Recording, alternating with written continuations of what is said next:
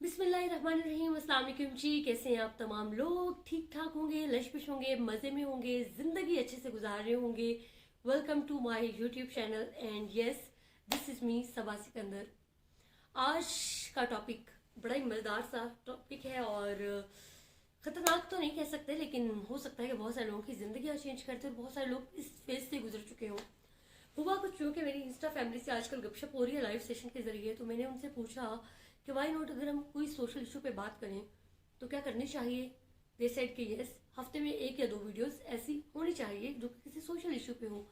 तो फिर उसी कंटेंट लिस्ट में से पहला टॉपिक मैंने ये उठाया। वीडियो अगर आपको पसंद आए तो लाइक का बटन दबाइएगा, अगर नहीं पसंद आए तो अपने सजेशंस दीजिएगा, कमेंट ज़रूर कीजिएगा और सब्सक्राइब कर लें तो बेहतर है। टॉपिक क्या है? Toxic relationship.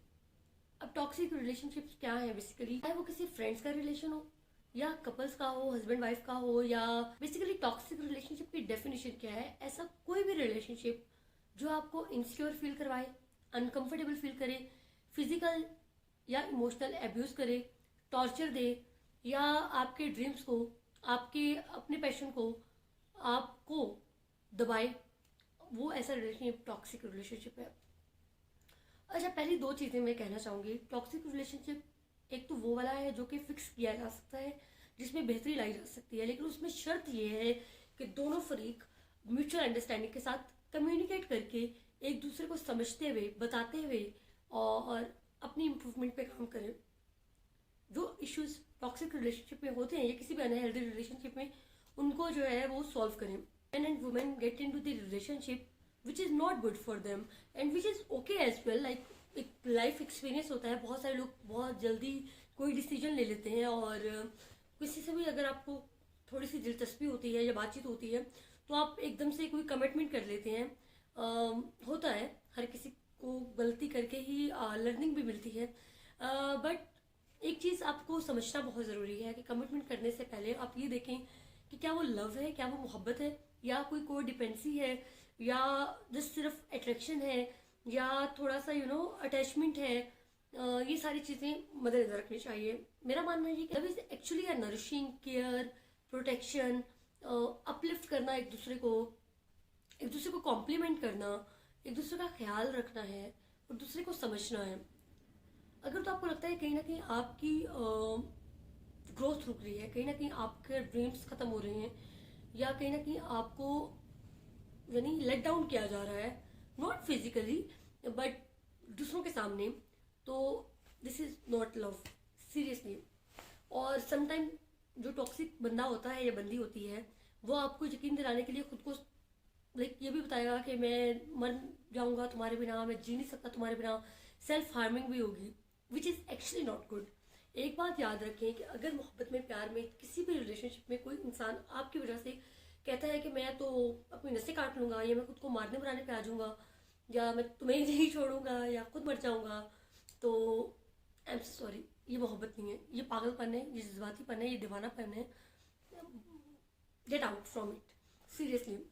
मेरे पास बहुत सारे मैसेजेस आते हैं अक्सर, और बहुत सारे बच्चों को मैंने देखा भी है। Love is not like a to keep someone in cage, love is which help you to become a better person. आपको बेहतर पर्सन बनाने में मदद करता है। अच्छा, बहुत सारे लोग जिंदगियां गुजार देते हैं कि हो सकता है ये बंदा या बंदी अब ठीक हो जाए या बेहतर हो जाए।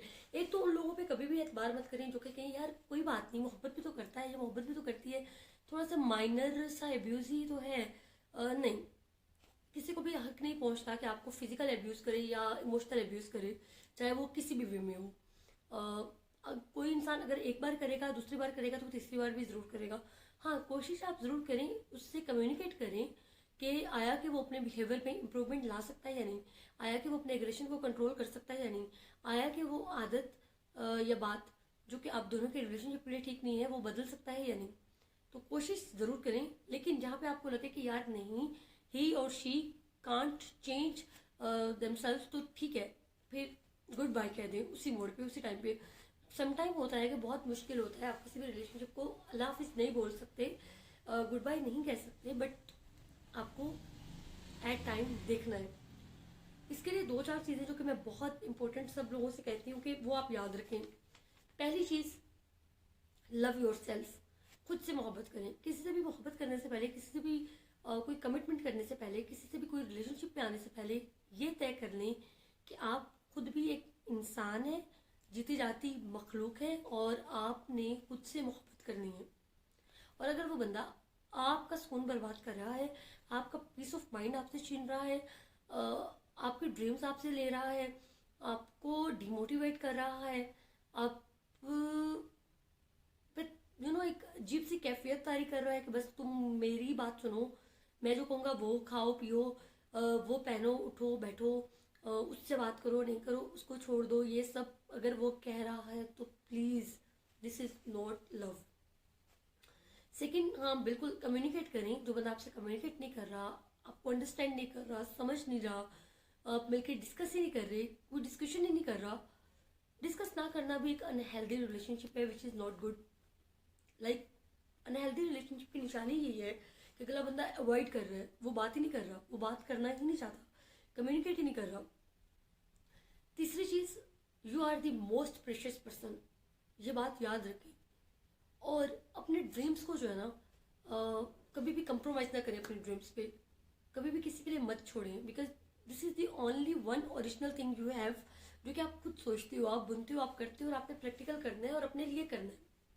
और ना सिर्फ अपने लिए करना है, अगर जो आपसे मोहब्बत करता है या करती है, जो भी आपके हस्बैंड या वाइफ है, जो भी आपके रिलेशनशिप में है, अगर वो एज अ पार्टनर सोचेगा या सोचेगी तो definitely it can work for both of you. और दोनों एक म्यूचुअल अंडरस्टैंडिंग के साथ आप कामयाब भी हो सकते हैं। आप बहुत सारे वेंचर्स इकट्ठे कर सकते हैं, बहुत सारे इनिशिएटिव्स इकट्ठे ले सकते हैं, आप बहुत सारे बिजनेस इकट्ठे कर सकते हैं। तो कैसे पता चले कि आप एक अनहेल्दी रिलेशनशिप में, आप एक टॉक्सिक रिलेशनशिप में हैं? You fight allot.